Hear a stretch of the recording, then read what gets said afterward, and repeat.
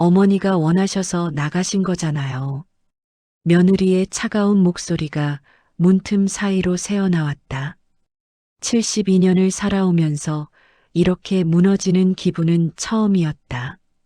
평생 지켜온 집, 그 집의 문고리조차 이제 내 손으로 잡을 수 없게 된 순간 나는 비로소 깨달았다.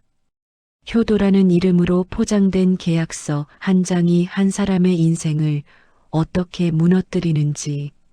하지만 이 이야기는 그저 비극으로 끝나지 않는다. 60년 전 내가 품에 안았다가 놓아야 했던 그 작은 생명이 어떤 모습으로 돌아왔는지, 그리고 배신한 가족 앞에서 나는 어떤 선택을 했는지, 끝까지 들으시면 평생 잊지 못할 반전을 경험하게 될 것이다. 드라마를 보시기 전에 구독, 좋아요를 눌러주시면 드라마 제작에 큰 힘이 됩니다. 나는 올해 72이다. 서울 변두리 낡은 단독주택에서 평생을 살아왔다. 남편 돌아가시고 나서는 혼자였다. 이 집은 젊은 시절 남편과 내가 전 재산을 털어 마련한 곳이었다. 당시엔 변두리 허름한 집이었지만 세월이 지나니 재개발 얘기가 나돌았고 땅값이 올랐다는 소문도 들렸다. 하지만 나와는 상관없는 이야기라고 생각했다. 팔 생각도 없었고 이 나이에 어디 이사 갈 힘도 없었으니까. 그저 이곳이 내 집이라는 것만으로 충분했다. 아들 둘에 딸 하나를 키웠다. 큰아들 민수는 결혼해서 전세 아파트에 살고 있었고 둘째 딸 미경이는 지방으로 시집가서 애 둘 키우며 바쁘게 살았다. 막내 아들 정훈이는 미혼이라 회사 기숙사에서 지낸다고 했다. 명절 때마다 애들이 모이면 식탁이 꽉 찼다. 잡채 냄새와 전 부치는 소리로 집안이 가득 차면 그게 바로 행복이었다. 어느 날 큰아들한테서 전화가 왔다. 엄마, 이번 주말에 잠깐 들러도 될까요? 목소리가 평소와 달랐다. 보통 때는 무뚝뚝하게 엄마 나야 하고 들어오는 아이가 허락을 구하는 게 이상했다. 그때 뭔가 느꼈어야 했다. 하지만 나는 우리 아들이 바쁜데 웬일이야 하며 설레고 있었다. 주말이 됐다. 민수와 며느리 수진이가 함께 왔다. 손주 준이는 학원 때문에 못 왔다고 했다. 밥을 먹고 수박을 썰어 내놨는데 며느리가 갑자기 단호한 목소리로 말했다. 어머니, 저희가 할 말씀 있어요. 심장이 쿵 내려앉는 기분이었다.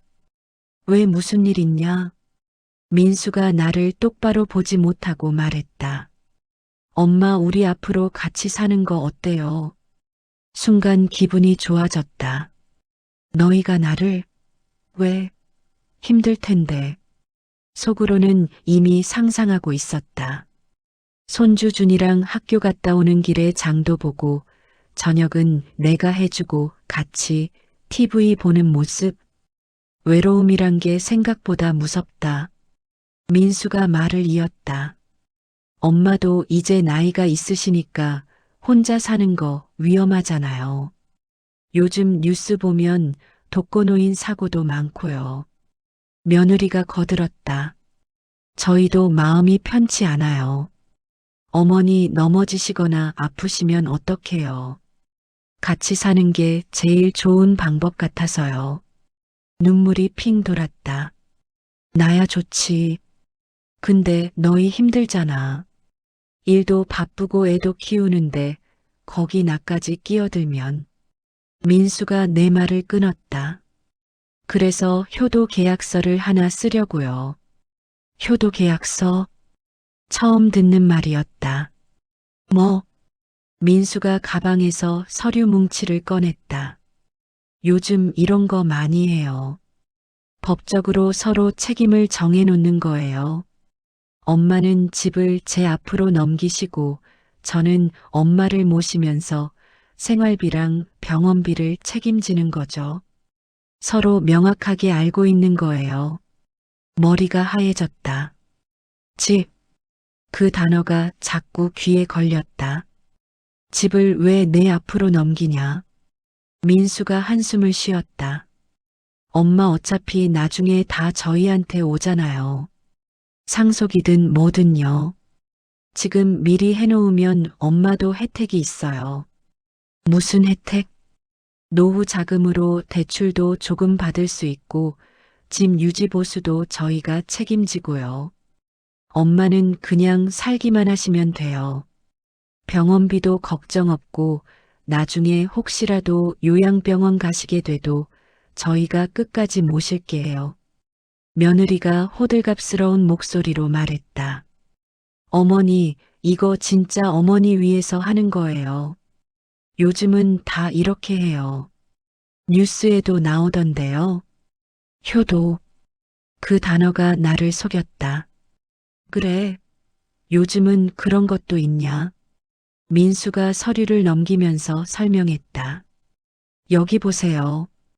이 조항에 저희가 엄마 부양 책임진다고 돼 있죠? 생활비, 병원비 다요.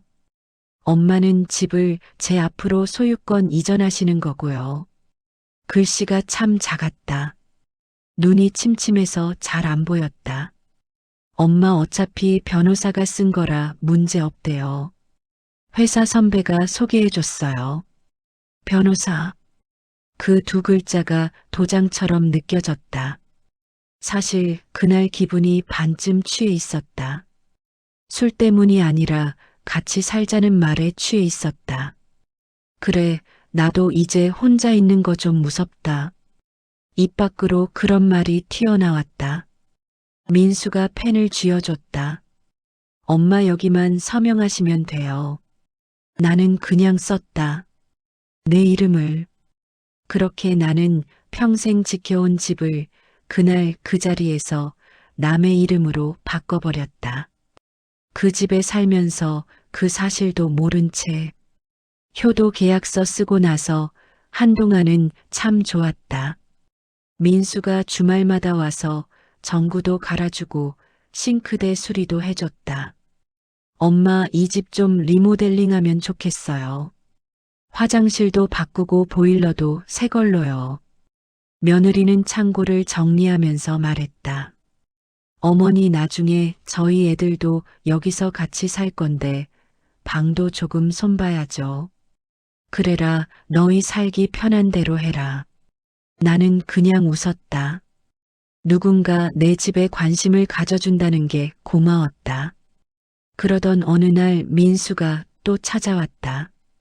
엄마 공사하는 동안은 여기서 사시기 힘드실 거예요. 어디로 가냐? 임시로 고시원 하나 얻어뒀어요. 집 근처고요. 한두 달만 참으세요. 고시원이라니. 말만 들어도 답답했지만 공사한다는데 어쩌겠나. 그래, 잠깐이라면서. 공사 끝나면 저희가 짐 다 옮겨서 같이 들어가 살아요. 민수가 그렇게 말했다. 며느리도 웃으면서 말했다. 어머니, 이제 진짜 같이 사는 거예요. 우리 잘해봐요. 그 말 하나에 고시원으로 이사하는 고생쯤은 참을 수 있을 것 같았다. 몇십 년 모아둔 살림살이를 박스에 넣고 바구니에 담았다. 민수는 버리자고 했고 며느리는 여기저기 사진을 찍었다. 이거 뭐 하려고 찍냐? 아, 그냥요. 하면서 웃기만 했다. 그렇게 나는 한 달짜리 고시원 계약을 하고 짐 몇 개만 들고 들어갔다. 좁고 낡고 계단도 가팔랐지만 잠깐이니까 참으려고 했다. 근데 이상한 건 그때부터였다. 민수가 점점 바빠졌다. 전화도 문자도 점점 줄어들었다. 공사 얘기도 없었다. 한 달이 지나고 두 달이 지나도 집 이야기가 없었다. 내가 먼저 전화했다. 야, 공사는 언제 끝나냐? 민수가 귀찮다는 듯 말했다. 엄마 요즘 자재값이 올랐어요. 시공사랑 조금 문제가 생겨서 좀 더 걸릴 것 같아요. 얼마나? 글쎄요, 한두 달. 그렇게 한두 달이 6달이 됐고, 6달이 1년이 됐다.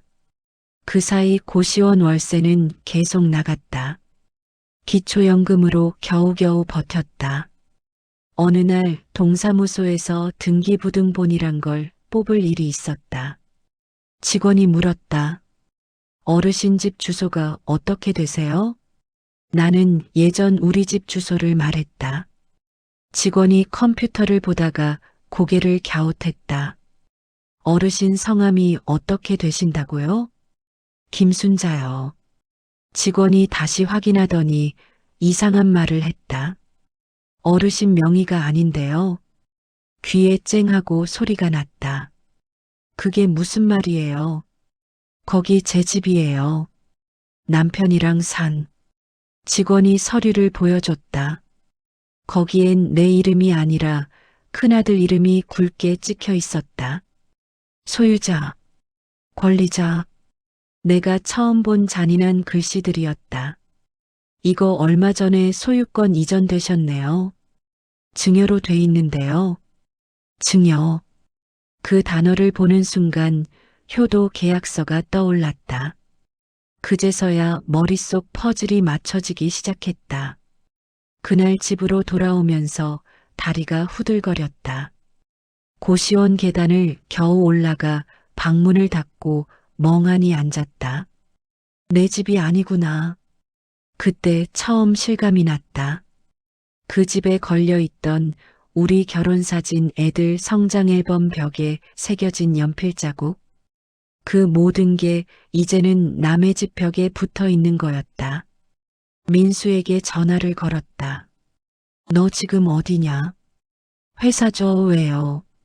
너 집 내 이름으로 되어 있더라. 잠깐 정적이 흘렀다. 엄마 그거 우리 그때 효도 계약서 쓸 때 얘기했잖아요. 나 그런 거 못 들었다. 엄마가 사인했잖아요. 증여 계약이라고요. 나는 그건 그냥 절차인 줄 알았지. 내 집이 완전히 내가 되는 거라는 생각은. 민수가 한숨을 쉬었다. 엄마 이제 와서 왜 그래요? 왜 그래? 나는 지금 남의 집세 들어 사는 늙은이가 돼 있는데 내가 왜 그래? 이렇게 나가야 돼? 전화기 너머로 며느리 목소리가 들렸다. 여보 그냥 끊어. 뚝. 전화는 그렇게 끊겼다. 그날 밤 잠이 안 왔다. 벽지 위에 금간 자국만 하염없이 보고 있었다. 처음엔 내가 잘못한 줄 알았다. 내가 잘 몰랐지 도장 찍은 건 나잖아. 애들도 요즘 힘든데 집 하나쯤은.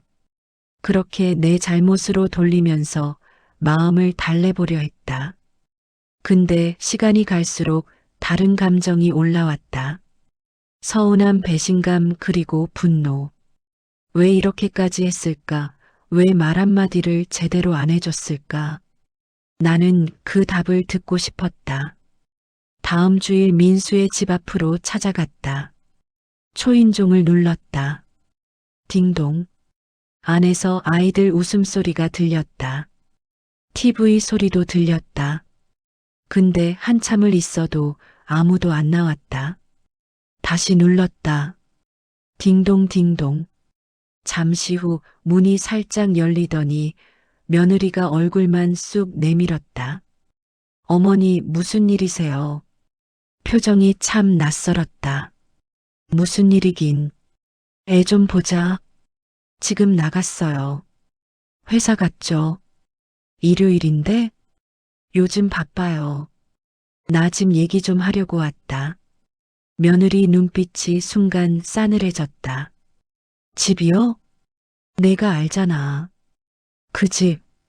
나는 지금도 거기 돌아갈 생각으로 고시원에서 버티고 있는데 며느리가 문을 완전히 닫지도 완전히 열지도 않은 그 문틈 사이에서 조용히 말했다. 어머니 그 집은 이제 저희 집이에요. 뭐, 어머니가 증여하셨잖아요. 계약서에도 그렇게 돼 있고 등기도 다 끝났어요. 그건 나 모시고 산다고 해서 저희가 언제 안 모신다고 했어요? 지금 나 고시원에서 혼자 살고 있는데 어머니가 원하셔서 나가신 거잖아요. 내가, 내가 언제 그랬어. 공사한다니까 어머니가 먼저 그러셨잖아요. 나 잠깐 나가 있을게 그랬잖아요. 목소리가 떨렸다. 지금 그게 말이냐?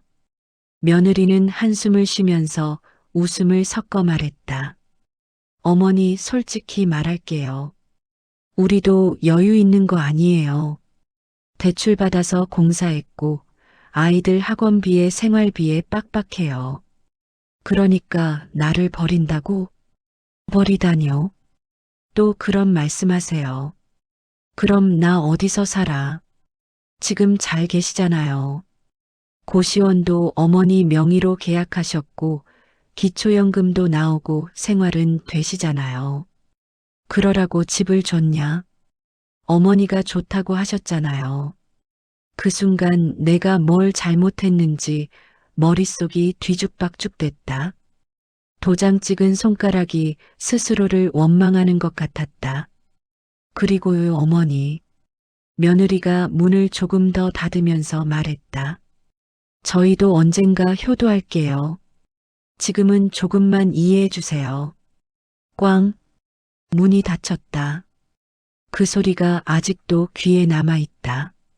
집으로 돌아오는 길 아니, 이젠 집이라고 부를 수 없는 그 고시원으로 돌아오는 길에 생각이 하나 들었다. 안아당했구나. 그날 밤 처음으로 아들에게 욕을 했다. 입 밖으로는 못 나왔지만 마음속으로 나쁜 놈. 그 단어 하나가 가슴에 박혔다. 그 후로 몇 달을 그냥 울다가 자다가 밥 겨우 먹다가 그렇게 보냈다. 자존심도 바닥으로 떨어져서 친구들도 안 만났다. 내가 도장 찍은 거잖아. 그 말 들을까봐. 어느 날 고시원 우편함에 전단지 하나가 꽂혀 있었다. 어르신 무료 법률 상담동 주민센터 3층. 처음엔 지나쳤다. 그래 봤자 뭐가 달라지겠냐 그렇게 생각했다. 근데 밤에 누워 있으니까 그 글씨가 자꾸 떠올랐다. 무료 법률 상담. 가서 욕이라도 먹고 올까 그래도 누군가 내 얘기를 들어주긴 하겠지. 그 생각에 다음날 주민센터로 갔다. 3층 작은 방에 사람들이 몇 명 앉아 있었다. 다들 서류 봉투를 꼭 끌어안고 순서를 기다리고 있었다. 내 차례가 됐다. 젊은 변호사 하나가 앉아 있었다. 안경을 쓴 조금 피곤해 보이는 얼굴.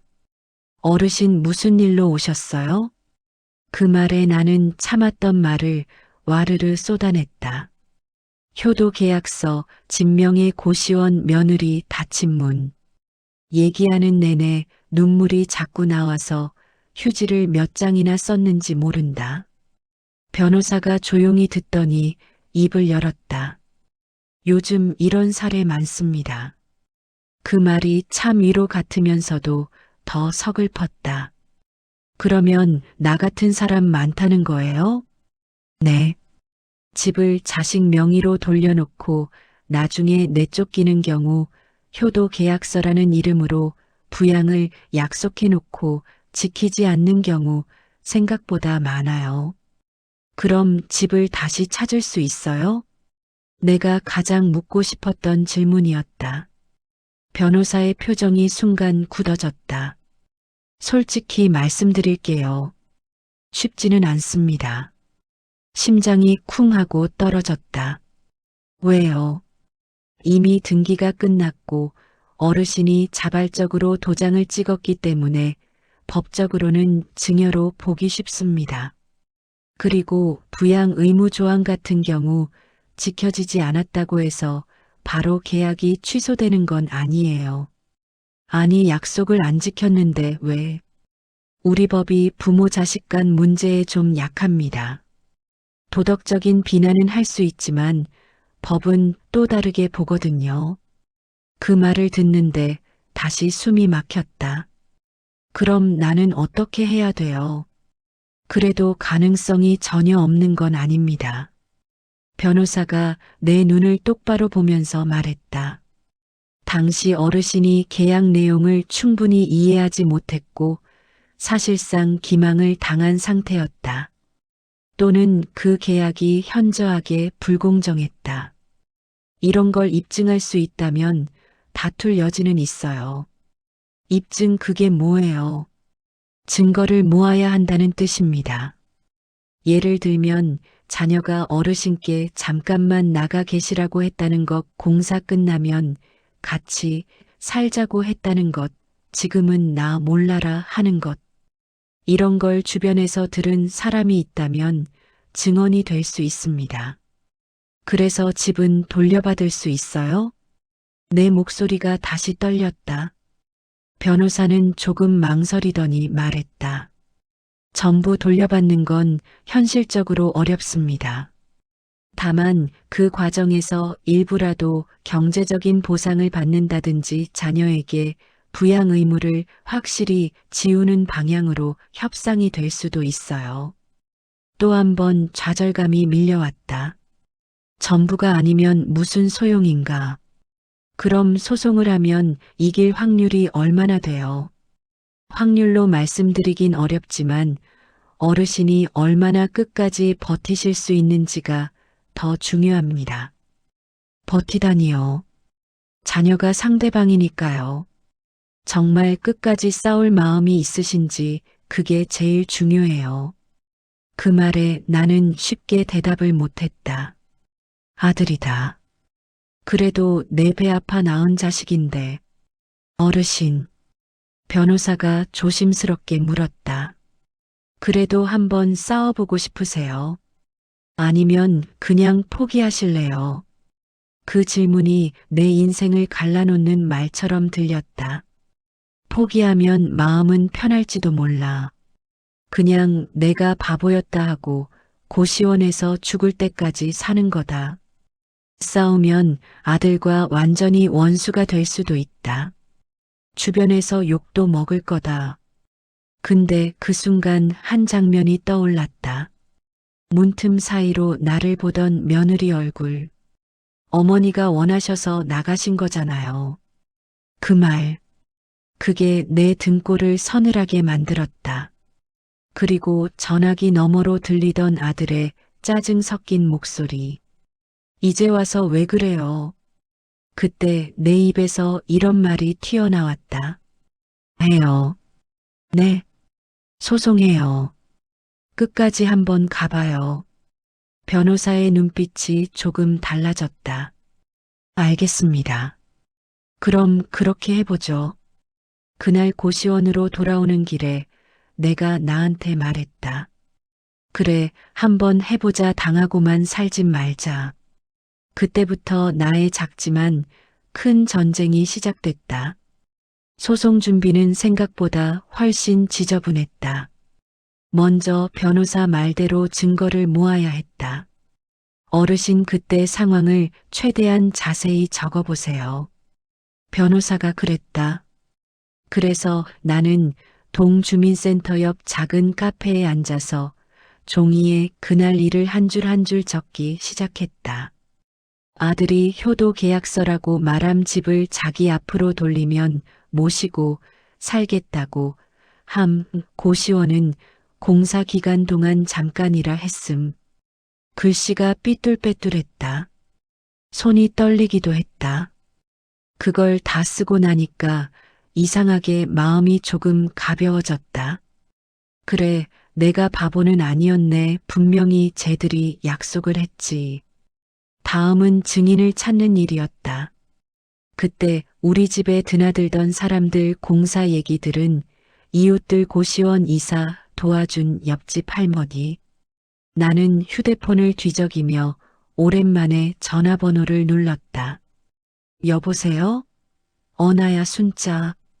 오랜만에 연락받은 친구들이 놀란 목소리로 물었다. 야, 너 왜 이렇게 야위었어? 무슨 일 있었냐? 나는 숨기지 않기로 했다. 집 애한테 뺏겼다. 전화기 너머로 잠깐 정적이 흘렀다. 뭐? 효도 계약서인가 뭔가에 도장 찍었더니 고시원으로 내쫓겼다. 친구 한 명이 입에 욕을 한 바가지 털어놓았다.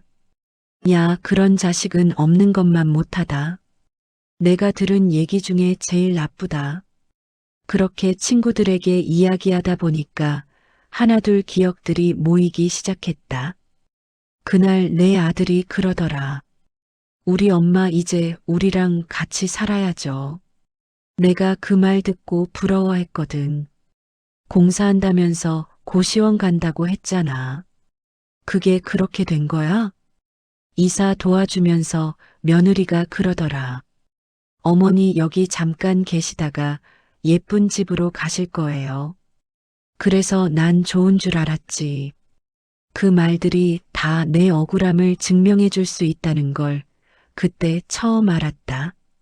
나 법정에 나와 줄래? 내가 조심스럽게 물었다. 친구들이 잠시 망설였지만 결국 이렇게 말해줬다. 그래, 나와줄게. 내가 거짓말하는 사람 아니란 거 내가 제일 잘 아니까. 그 말이 얼마나 고맙던지 전화 끊고 혼자 울었다. 그 와중에 복지관 사회복지사분이 나를 불렀다. 어르신 밥은 잘 챙겨 드세요? 예, 뭐 그냥 그렇게요. 얼굴이 많이 상하셨어요. 그분은 내 얘기를 듣더니 조용히 말했다. 어르신 잘하셨어요. 맞서 싸우시기로 한 거 보통 용기 아닙니다. 용기요? 보통은요, 그냥 내 팔자인가 보다 하고 포기하세요. 자식 상대로 싸우는 게 얼마나 힘든지 아니까. 나도 처음엔 포기하려고 했어요. 근데 왜 마음이 바뀌셨어요? 잠시 생각하다가 내가 솔직하게 말했다. 그냥 사람 취급은 받고 싶더라고.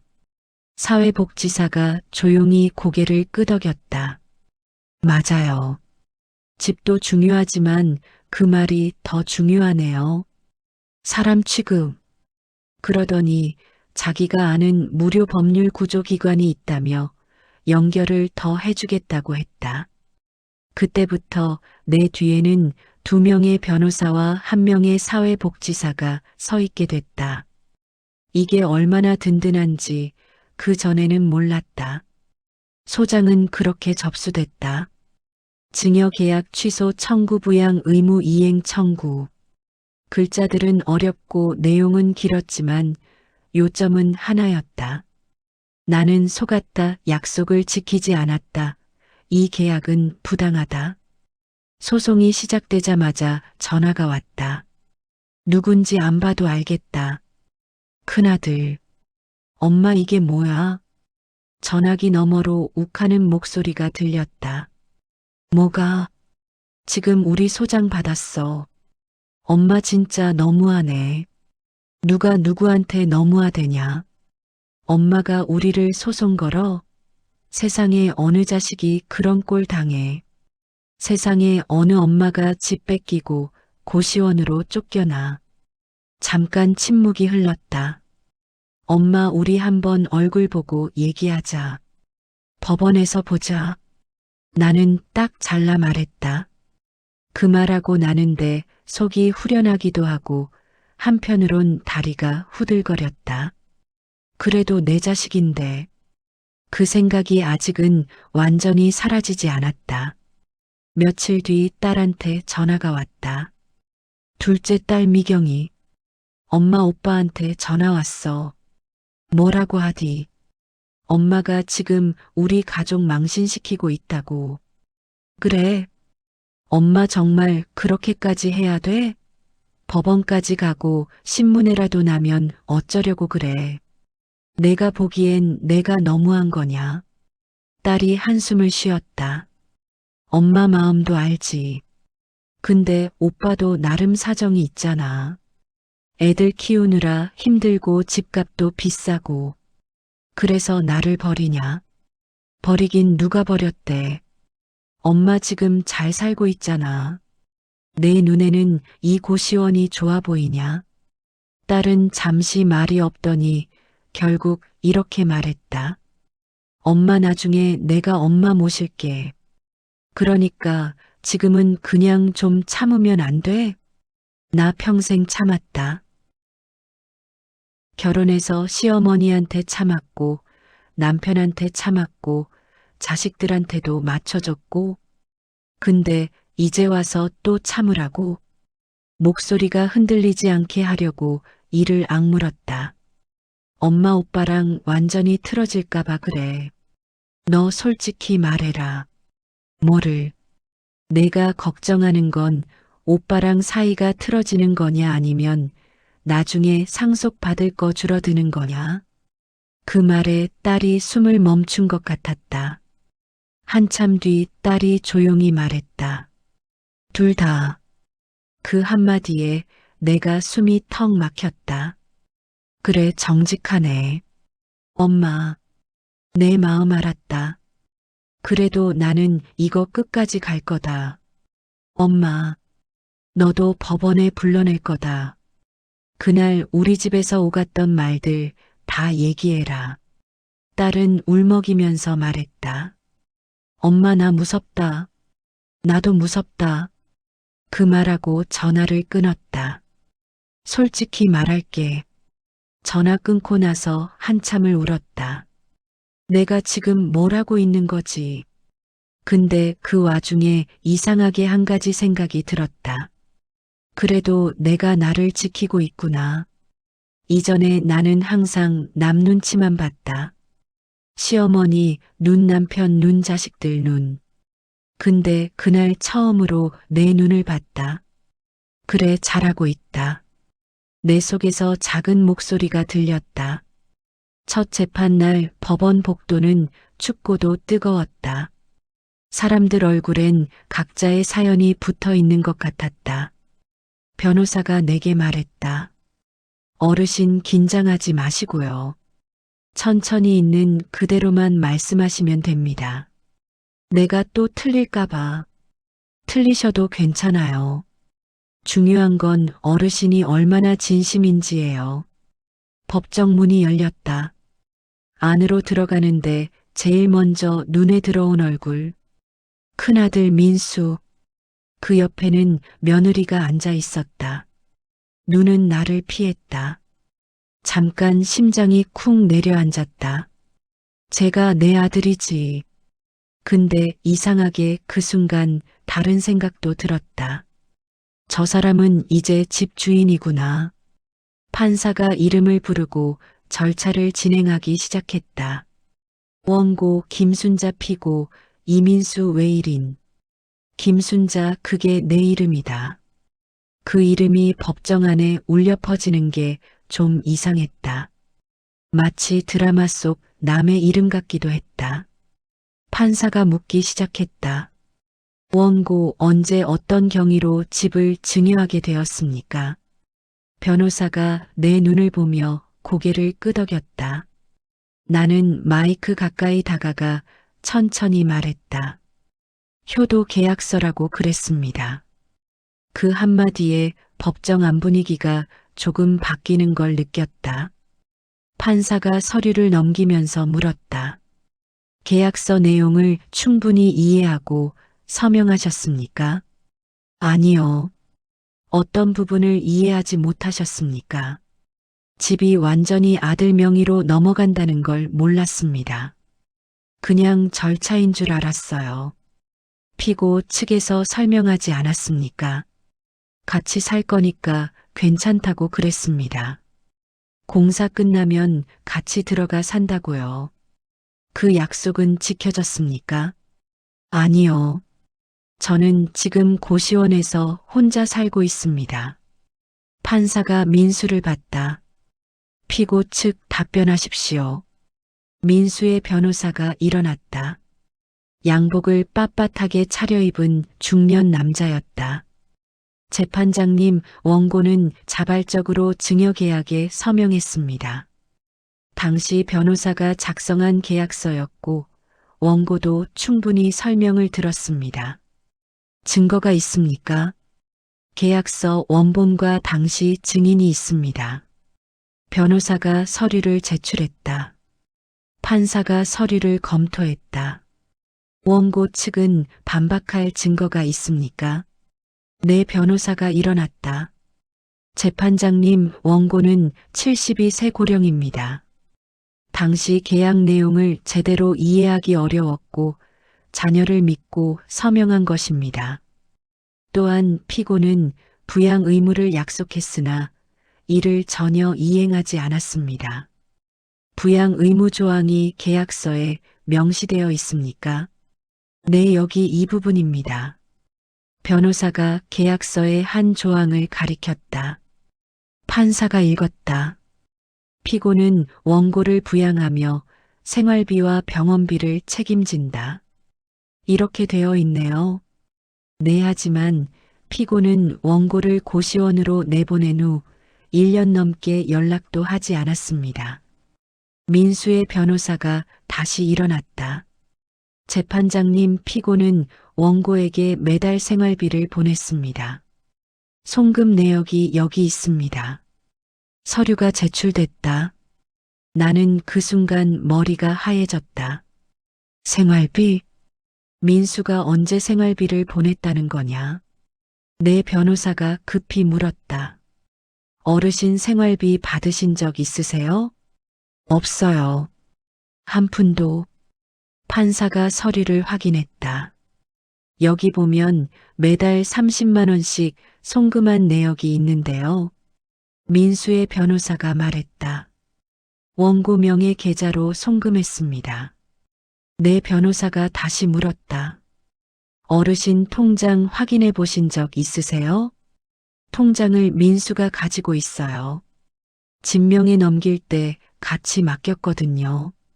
법정안이 술렁거렸다. 판사가 눈썹을 찌푸렸다. 원고의 통장을 피고가 보관하고 있다는 말입니까? 네, 그렇습니다. 피고, 이 사실이 맞습니까? 민수가 일어나 대답했다. 내 엄마가 돈 관리 어려워하셔서 제가 맡아서 하고 있습니다. 원고가 동의했습니까? 당연히 동의하셨죠. 판사가 나를 봤다.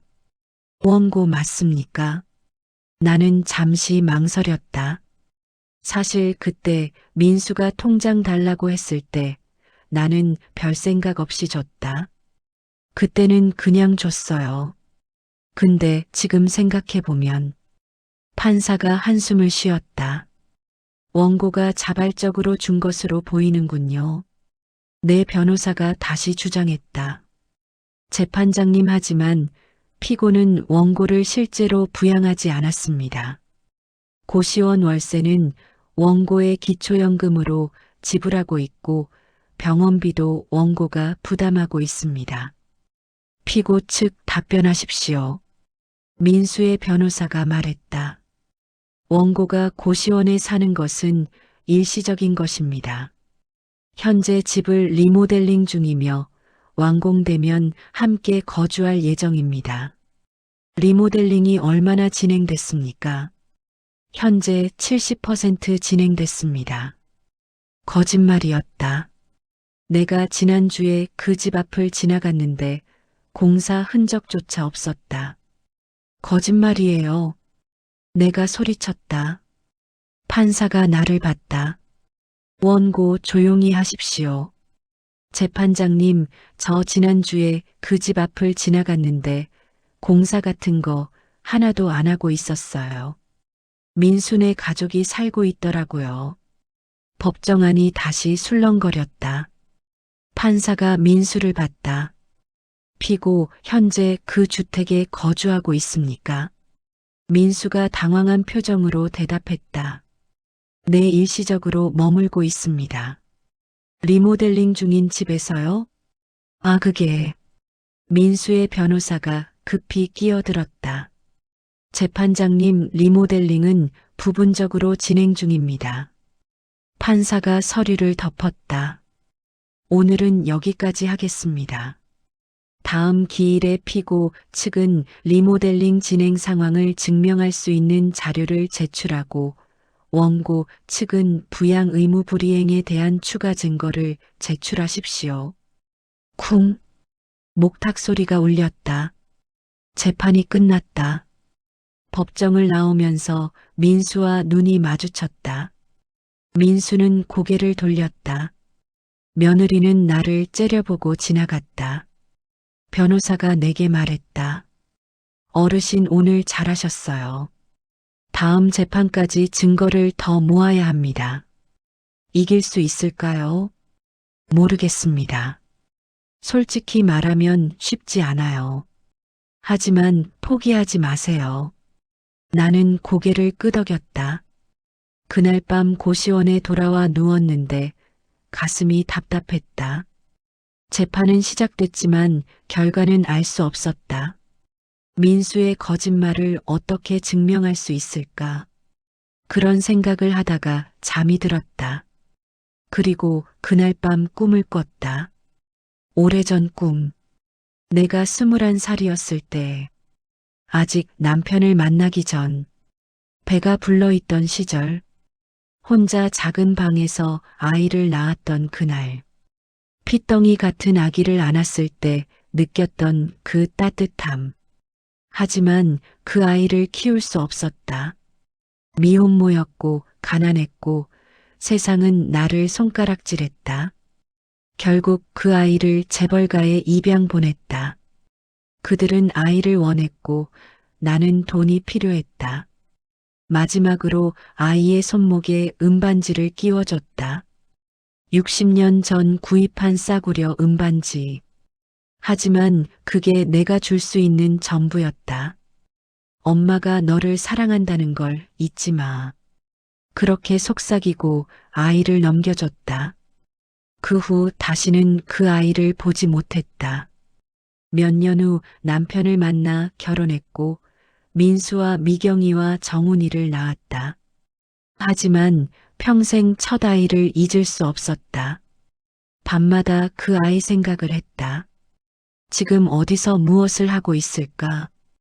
행복할까? 나를 원망할까? 꿈에서 깨어났다. 새벽 4시. 고시원 창밖으로 가로등 불빛이 들어왔다. 나는 눈물을 닦았다. 왜 오늘 그 꿈을 꿨을까? 그 아이가 살아있다면 지금 53살. 어딘가에서 잘 살고 있겠지. 나 같은 엄마는 이미 잊었을 거야. 그런 생각을 하며 다시 잠들려고 했다. 다음 날 아침 복지관에서 전화가 왔다. 어르신 건강검진 받으러 오세요.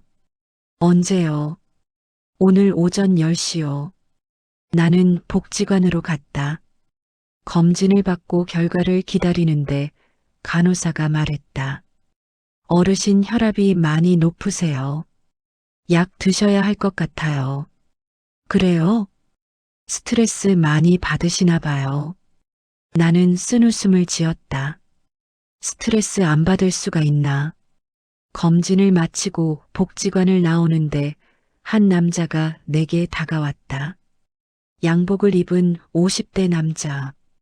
혹시 김순자 어르신이십니까? 네, 그런데요.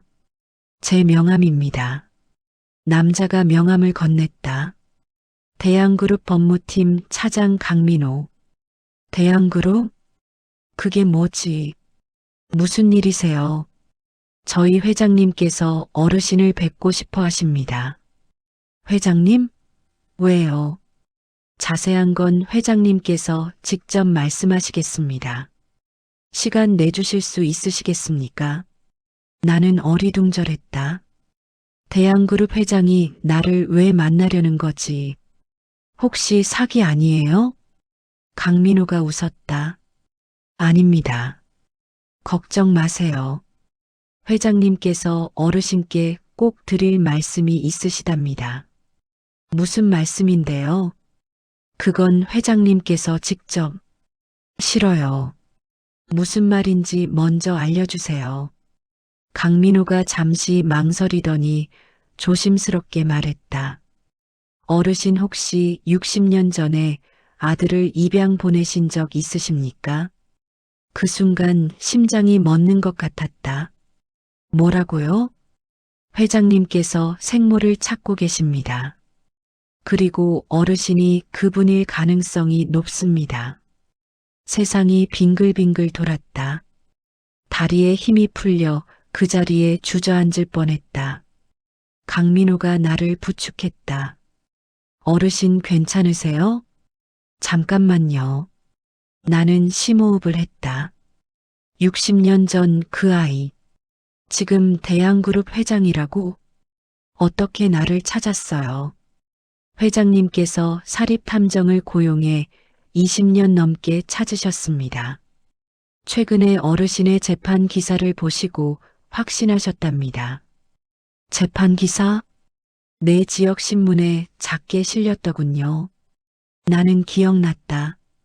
지난주에 기자 한 명이 법원에서 나를 인터뷰했었다. 그게 신문에 실렸나 보다. 그래서 회장님이 저를, 내 어르신을 찾으신 겁니다. 눈물이 났다. 60년을 기다렸던 그 아이가 나를 찾아왔다. 언제 만날 수 있어요? 지금 바로 모시겠습니다. 차가 대기 중입니다. 강민호가 검은색 승용차를 가리켰다. 나는 따라갔다. 차는 시내 한복판 고층 빌딩 앞에 멈췄다. 대양그룹 본사. 엘리베이터를 타고 최상층으로 올라갔다. 문이 열리자 넓은 사무실이 나타났다. 창밖으로 서울 시내가 한눈에 보였다. 그리고 책상 앞에 한 남자가 서 있었다. 50대 중반. 회색 양복을 입은 위험 있는 모습. 하지만 그 눈빛은 어린아이처럼 떨리고 있었다. 어머니. 남자가 떨리는 목소리로 말했다. 나는 그 자리에 섰다. 남자가 천천히 다가왔다. 그리고 손목을 보여줬다. 거기엔 은반지가 끼워져 있었다. 60년 전 내가 끼워준 그 은반지. 이거 기억하세요? 나는 무너졌다. 그 자리에서 주저앉아 울었다. 준혁아. 남자도 무릎을 꿇고 나를 안았다. 엄마 이제 찾았어요. 우리는 한참을 그렇게 울었다. 60년의 시간이 그 순간 녹아내렸다. 준혁은 나를 소파에 앉히고 차를 따라줬다. 엄마 그동안 어떻게 사셨어요? 나는 내 인생을 이야기했다. 남편과 결혼한 것, 아이들을 키운 것, 가게를 운영한 것. 그리고 최근에 집을 빼앗긴 것. 준혁은 조용히 듣더니 물었다. 큰아들이 그랬다고요? 응. 지금 재판 중이시고요. 그래. 준혁의 표정이 굳어졌다. 엄마 제가 도와드릴게요. 아니야 괜찮아. 괜찮지 않아요. 엄마가 평생 지키신 집인데. 근데 엄마 저 20년 동안 엄마 찾으면서 다짐했어요. 엄마 찾으면 평생 효도하겠다고. 이제 기회가 왔어요. 준혁이 강민호를 불렀다. 차장 김순자 어르신 재판건 파일 다 가져와. 네 회장님. 강민호가 나갔다. 준혁이 내 손을 잡았다. 엄마 걱정 마세요. 제가 다 해결해 드릴게요. 너 바쁘지 않냐? 엄마보다 중요한 일은 없어요. 그 말에 또 눈물이 났다. 평생 자식들한테 그런 말 한 번 못 들어봤는데. 준혁은 그날부터 움직이기 시작했다. 먼저 민수의 집 앞에 사람을 보냈다. 리모델링이 정말 진행 중인지 확인하기 위해서. 결과는 예상대로였다. 공사는 전혀 하지 않고 있었다. 민수네 가족이 멀쩡히 살고 있었다. 준혁은 사진과 영상을 확보했다. 이걸 법원에 제출하면 돼요. 그리고 내 통장 거래 내역도 확인했다. 민수가 말한 생활비 송금 내역. 엄마 이거 보세요. 준혁이 서류를 보여줬다. 송금은 됐는데 바로 다음 날 출금됐어요. 민수명의 계좌로요. 뭐? 민수가 엄마 통장으로 돈 넣었다가 다음 날 자기가 다시 빼간 거예요. 그냥 형식적으로 송금 내역만 만든 거죠. 나는 분노가 치밀었다. 어떻게 자식이 이럴 수가 있나? 이것도 증거로 쓸 수 있어요. 준혁이 말했다. 그리고 하나 더 조사한 게 있어요. 뭔데? 엄마 집 주변에 재개발 계획이 있었어요. 응, 그건 나도 들었어. 민수가 그걸 미리 알고 있었던 것 같아요. 부동산 중개업자니까요. 그래서 집값이 오를 걸 알고 엄마한테서 집을 빼앗은 거예요. 그 순간 모든 게 이해됐다. 효도 계약서, 공사 핑계 고시원. 다 계획된 거였다. 이 나쁜 놈. 준혁이 내 어깨를 안았다. 엄마 이제 걱정 마세요. 제가 다 되찾아 드릴게요. 다음 재판 날이 왔다. 이번엔 준혁도 함께 갔다. 법정에 들어서자 민수의 표정이 굳어졌다. 준혁을 보고 놀란 듯했다. 대양그룹 회장이 웬일이냐는 표정. 재판이 시작됐다. 판사가 물었다. 피고 측 리모델링 증빙 자료 제출하셨습니까? 민수의 변호사가 서류를 제출했다. 네, 여기 있습니다. 판사가 확인했다. 공사 견적서와 계약서네요. 네, 현재 진행 중입니다. 그때 내 변호사가 일어났다. 재판장님, 원고 측에서도 증거를 제출하겠습니다. 변호사가 사진과 영상을 제출했다. 이건 지난주 촬영한 피고의 주택 사진입니다. 보시다시피 공사 흔적이 전혀 없습니다. 판사가 사진을 확인했다. 민수의 얼굴이 새하얘졌다. 그리고 이건 영상입니다. 스크린에 영상이 재생됐다. 민수네 가족이 집에서 밥을 먹고 TV를 보는 모습. 보시다시피 피고는 현재 해당 주택에 거주하고 있으며 리모델링은 전혀 하지 않고 있습니다. 법정 안이 술렁거렸다. 판사가 민수를 봤다. 피고 이게 사실입니까? 민수는 대답하지 못했다. 변호사가 대신 말했다.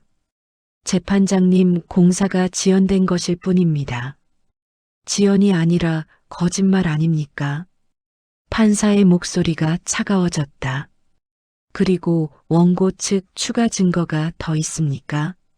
내 변호사가 통장 거래 내역을 제출했다. 네, 이건 원고명의 통장 거래 내역입니다. 피고가 생활비를 송금했다고 주장한 내역인데요. 보시다시피 송금 다음 날 바로 출금됐습니다. 피고 명의 계좌로요. 판사가 서류를 확인했다. 피고가 원고 통장에 돈을 넣었다가 다음 날 자기가 다시 빼갔다는 말입니까? 네, 맞습니다. 단지 송금 내역만 만들기 위해서였던 거죠. 판사가 한숨을 쉬었다. 피고 이것도 사실입니까? 민수는 고개를 숙였다. 변호사가 또 변명하려 했지만 판사가 손을 들어 막았다. 충분합니다. 판사가 민수를 똑바로 봤다. 피고는 원고를 기망하여 재산을 취득했고 부양 의무도 이행하지 않았습니다. 이는 명백한 사기이자 배임입니다. 쿵! 목탁 소리가 울렸다. 본 재판부는 원고의 청구를 인용합니다. 피고는 원고에게 주택 소유권을 즉시 반환하고 지난 1년간의 위자료 1,000만 원을 지급하십시오. 나는 믿을 수가 없었다. 이겼다. 집을 되찾았다. 민수는 고개를 떨구고 있었다. 며느리는 울고 있었다. 법정을 나오면서 준혁이 내 손을 잡았다. 엄마 축하해요. 고마워 준혁아. 이제 집으로 가세요. 응. 그날 나는 1년 만에 내 집으로 돌아갔다. 문을 열고 들어서는데 눈물이 났다. 그리운 냄새, 익숙한 공간. 여기가 내 집이다. 준혁이 짐을 옮겨주고 집을 깨끗하게 청소해줬다. 엄마 이제 편히 쉬세요. 그래 고마워. 준혁이 돌아가고 나는 혼자 앉아 있었다. 이겼다. 하지만 기쁘지만은 않았다. 민수는 여전히 내 아들이니까. 며칠 후 민수한테서 전화가 왔다. 엄마, 목소리가 떨리고 있었다. 뭐냐? 죄송해요. 제가 잘못했어요. 엄마한테 너무 못되게 굴었어요. 나는 대답하지 않았다. 엄마 저 지금 정말 힘들어요. 집도 빼앗기고 빚만 남았어요. 제발 한 번만 용서해 주세요. 용서? 네 엄마. 넌 나한테 뭘 했는지 알아? 알아요. 죄송해요. 넌 나를 고시원에 처박고 1년 동안 연락 한 번 안 했어. 그게 자식이 할 짓이냐? 정말 죄송해요. 제가 돈에 눈이 멀었어요. 나는 한참을 생각했다. 용서할 수 있을까? 솔직히 모르겠다. 민수야, 내 엄마. 나 이제 너랑 거리 둘 거다. 엄마, 너도 내 인생 살고 나도 내 인생 살자. 우리 이제 남처럼 지내자. 엄마 그러지 마세요. 이게 최선이야. 나는 전화를 끊었다. 마음이 아팠지만 이게 맞다고 생각했다. 준혁은 그 후로도 자주 나를 찾아왔다. 매주 토요일마다 와서 같이 밥을 먹고 이야기를 나눴다. 엄마 편찮으신 데 없으세요? 응, 괜찮아. 병원은 잘 다니시고요?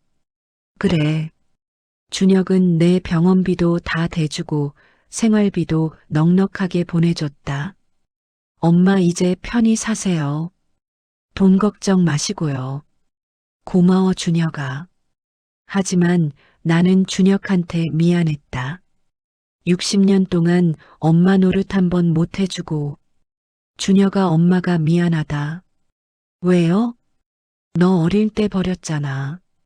준혁이 내 손을 잡았다. 엄마 그건 엄마 잘못이 아니에요. 엄마도 어쩔 수 없었던 거잖아요. 그래도 저 잘 컸어요.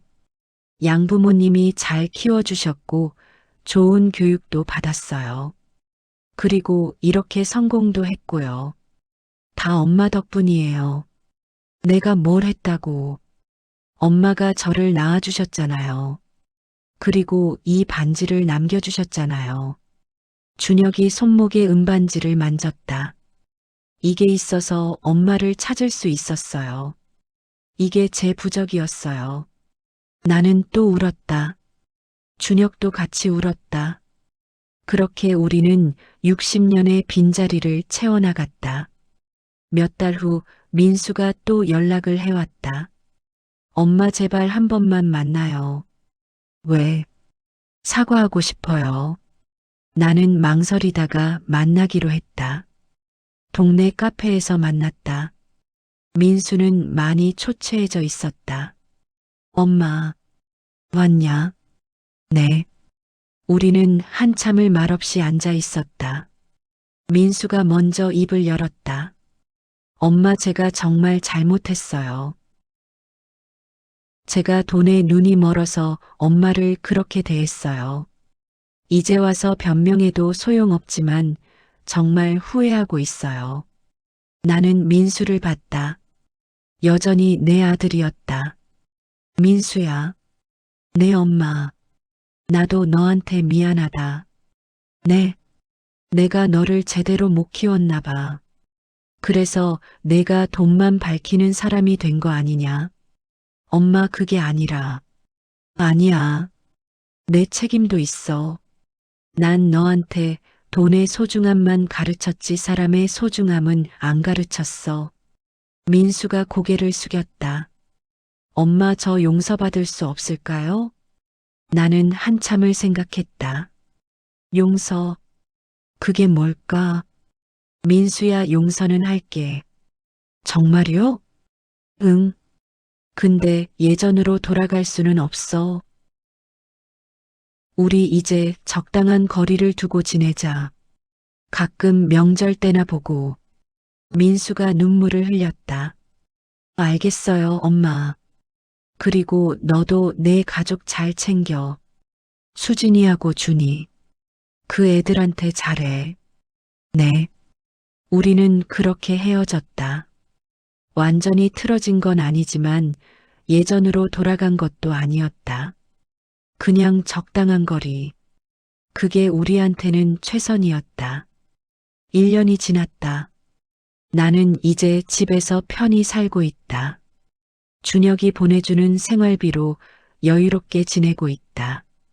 가끔 친구들과 여행도 가고 복지관에서 요가도 배우고 있다.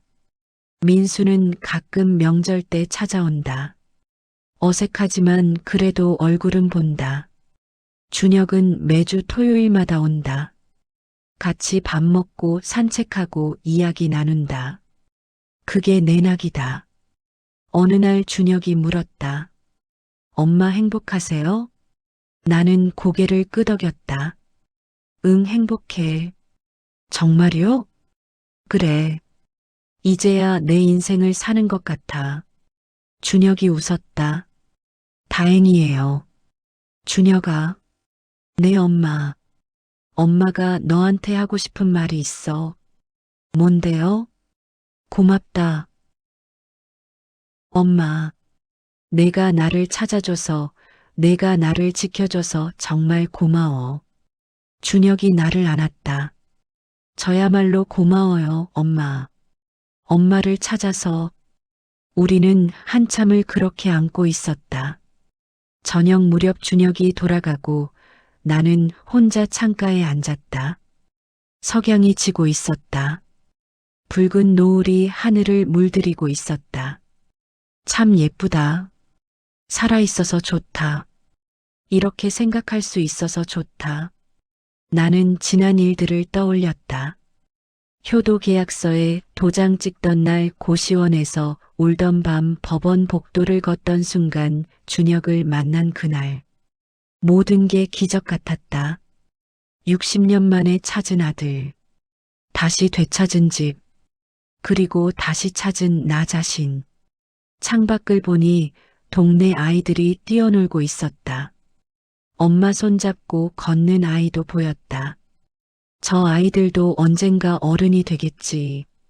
그리고 누군가의 부모가 되겠지. 그때 부디 이 이야기를 기억했으면 좋겠다. 부모도 사람이라는 것. 늙어도 존중받아야 한다는 것. 효도는 계약서가 아니라 마음이라는 것. 나는 조용히 웃었다. 이제 나는 괜찮다. 집도 되찾았고, 아들도 찾았고, 나 자신도 찾았다. 앞으로 남은 인생 얼마나 될지 모르지만 후회 없이 살 거다. 내가 원하는 대로, 내가 선택하는 대로. 그게 바로 나의 인생이니까. 석양이 완전히 지고 어둠이 내렸다. 나는 불을 켰다. 따뜻한 불빛이 방 안을 채웠다. 이곳이 내 집이다. 이곳이 내가 지킬 곳이다. 그리고 이곳에서 나는 끝까지 나로 살 거다. 여러분, 이 이야기를 듣고 무엇을 느끼셨나요? 혹시 지금 비슷한 상황에 계신 분 있나요? 효도 계약서에 도장 찍으라는 소리 듣고 계신 분 있나요? 제발 조심하세요. 도장 찍기 전에 꼭 전문가와 상담하세요. 그리고 기억하세요. 나이 들어도 인생의 주인공은 바로 당신입니다. 당신의 재산과 존엄을 지키세요. 끝까지 당당하게 사세요. 저처럼 뒤늦게 후회하지 마시고 처음부터 잘 지키세요. 마지막으로 준혁이가 제게 해준 말을 전합니다. 엄마, 당신은 혼자가 아니에요. 저도 여러분께 말씀드립니다. 당신은 혼자가 아닙니다. 어디선가 누군가 당신을 응원하고 있습니다. 포기하지 마세요. 끝까지 싸우세요. 당신의 삶은 당신 것입니다. 감사합니다.